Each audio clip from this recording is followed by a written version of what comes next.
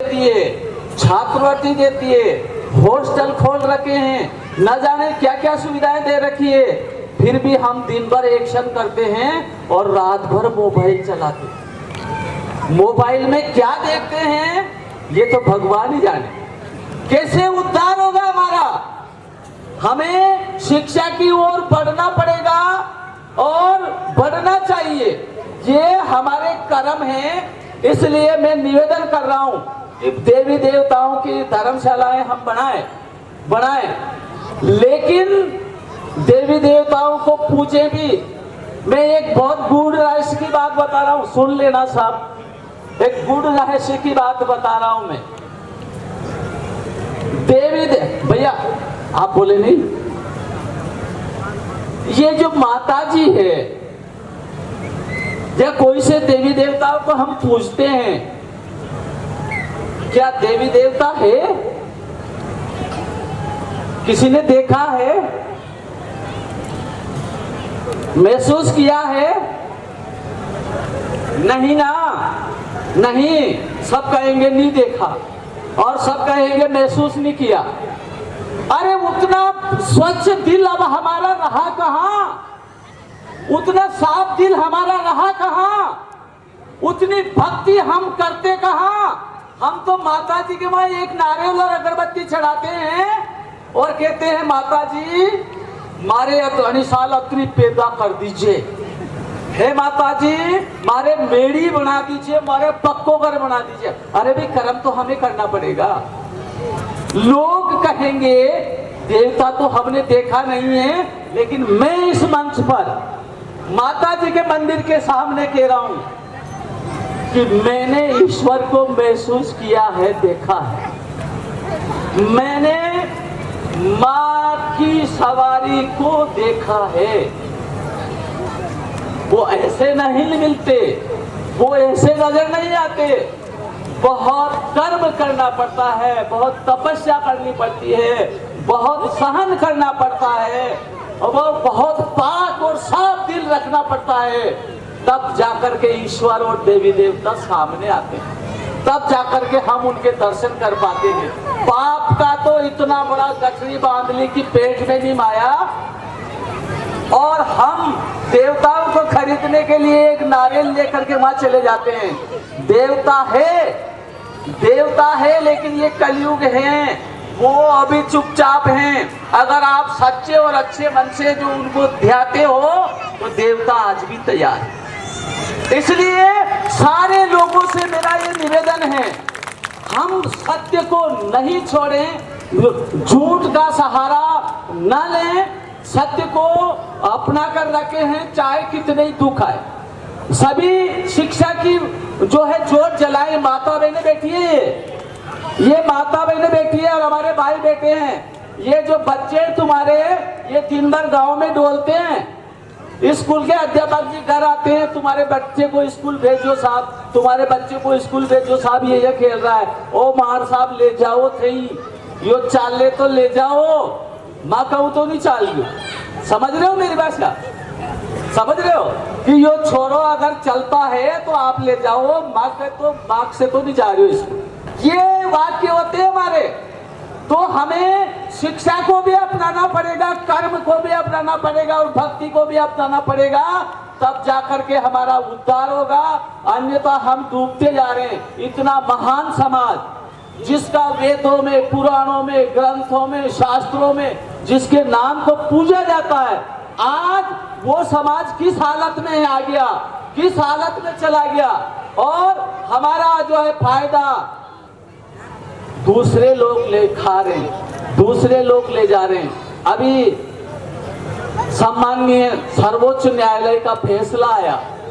हम लोग 25-30 साल से आंदोलन कर रहे थे कि हमें आरक्षण का फायदा नहीं मिला, हम आरक्षण में पीछे रह गए, हमारा फायदा कुछ लोग उठा गए और भील समाज वही का वही रह गया। अब भीलों को उन लोगों के साथ जोड़ा जो काफी ताकतवर थे। एक तरफ ऊंट और एक तरफ बेल को जो है फान दिया। बेचारा बेल ऊंट की बराबरी नहीं कर सकता। एक कमजोर आदमी को मजबूत आदमी के साथ तोड़ा दिया, वो उसकी बराबरी नहीं कर सकता। लेकिन सुप्रीम कोर्ट का फैसला आया कि समस्त राज्य सरकारें जहां पर ST SC कैटेगरी में जिनको फायदा नहीं मिला है उन जातियों का वर्गीकरण करे और जनसंख्या के अनुपात में उनको अलग से आरक्षण देने की व्यवस्था करे।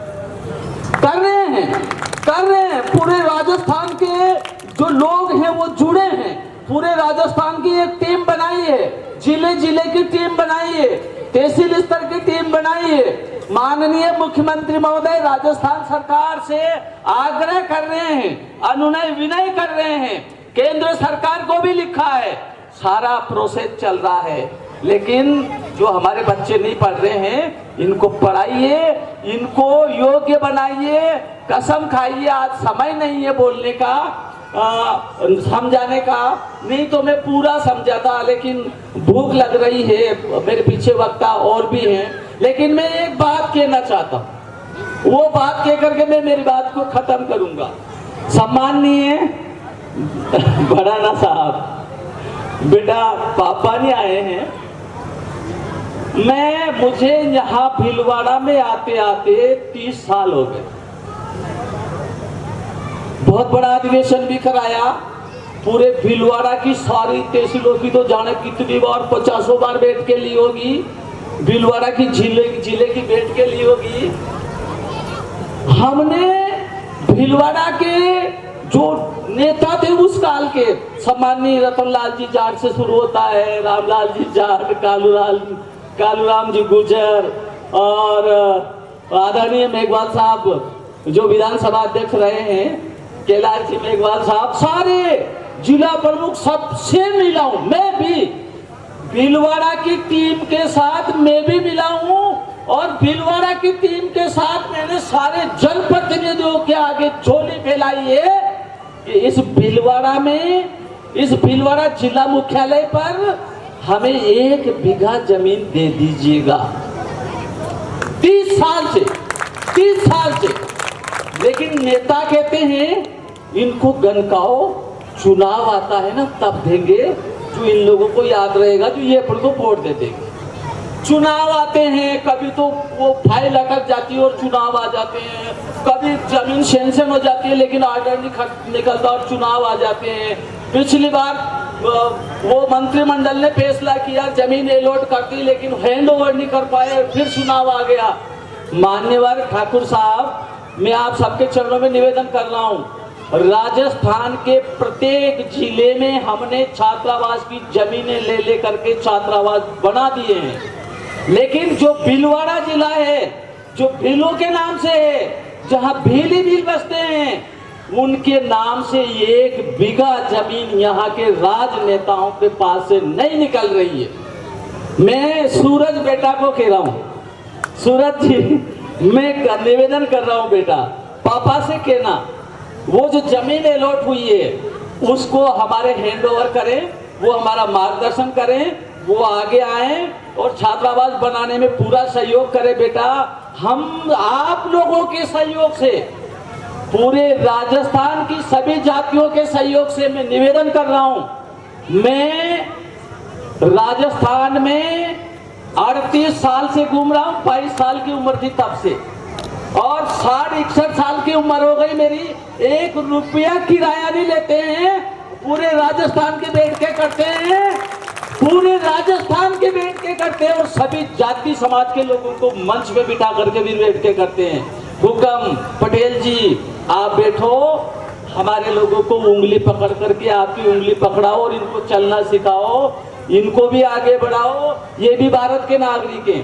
पूरे राजस्थान में छात्रावास की जमीनें मिल गई, छात्रावास बन गए, बच्चे रह रहे हैं। लेकिन भीलवाड़ा में हम 38 साल से सर खपा रहे हैं, हमारे लिए 1 बीघा जमीन नहीं मिल रही है। बड़े दुख की बात है, जबकि यहाँ बड़े बड़े नेता निवास करते हैं, लेकिन हमारा न जाने कौन सा पाप हो गया ऐसा जो हमें वो 1 बीघा जमीन नसीब हो जाती तो हमारे बेटे बेटी भीलवाड़ा में रह करके ITI कर लेते, B.Ed कर लेते, कॉलेज पढ़ लेते, दूसरा कुछ कर लेते। बेचारे के माँ बाप को भीलवाड़ा में 3,000-4,000 रुपए महीने का कमरा का किराया लेकर के बेटे और बेटी को पढ़ाने का पैसा नहीं है, वो बेटे बेटी पढ़ जाते तो हम आगे बढ़ जाते। मैं यहाँ जो जनप्रतिनिधि बैठे हैं सबसे निवेदन करूंगा, सब मदद करिएगा। बेटा सूरज जी में फोन करूंगा, आप सारे मिल करके वो जमीन दिलाएंगे। और हम इस बरसात से पहले यूँ चाहते हैं सम्माननीय मुख्यमंत्री महोदय को बुला करके उनके हाथों से मुहूर्त कराएं। हमारे भीलवाड़ा जिले के जितने विधायक और जनप्रतिनिधि हैं उनके हाथों से मुहूर्त कराएं और एक ऐसा छात्रावास बनाएं जिसमें हमारे भील समाज के गरीब बच्चे रहें, तरह तरह की ट्रेनिंगें करें, नौकरी लगे, आगे बढ़े। ये जो धर्मशाला का कमरा बनाया, ऐसे कमरे प्रत्येक गांव से एक सब बनाएं और उसमें बच्चे रहें, हमारे बच्चे पढ़ेंगे तो आगे बढ़ें। मैं ज्यादा बोल रहा हूं, लेकिन ये निवेदन करके जा रहा हूं कि यहाँ छात्रावास की जमीन होना चाहिए। हमें शिक्षा की ओर ध्यान देना चाहिए, देवी देवताओं पर विश्वास, उनकी बातों को, उनकी शिक्षा पर विश्वास करना चाहिए। हमारे पुरखों द्वारा लिखी गई रामायण और गीता महाभारत का हमें अध्ययन करके और श्रेष्ठ मनुष्य बनना चाहिए, तब जाकर के हमारा समाज का उद्धार होगा। अन्यथा हम लोग डूबते जा रहे हैं और इस भीलवाड़ा की तो हालत ही खराब होती जा रही है। पूरे राजस्थान में जो काम नहीं होते हैं वो इस भीलवाड़ा में होते हैं। लोग पढ़ते हैं पूरे राजस्थान के, अरे यार इस भीलवाड़ा का क्या हो रहा है, थोड़ा सा सुधार करना होगा। मैं एक बार फिर पुनः माता जी के चरणों में प्रणाम करते हुए आप सभी का आशीर्वाद प्राप्त करते हुए अपनी बात को खत्म करता हूँ। जय हिंद, जय भारत, जय झोलपा माता की जय।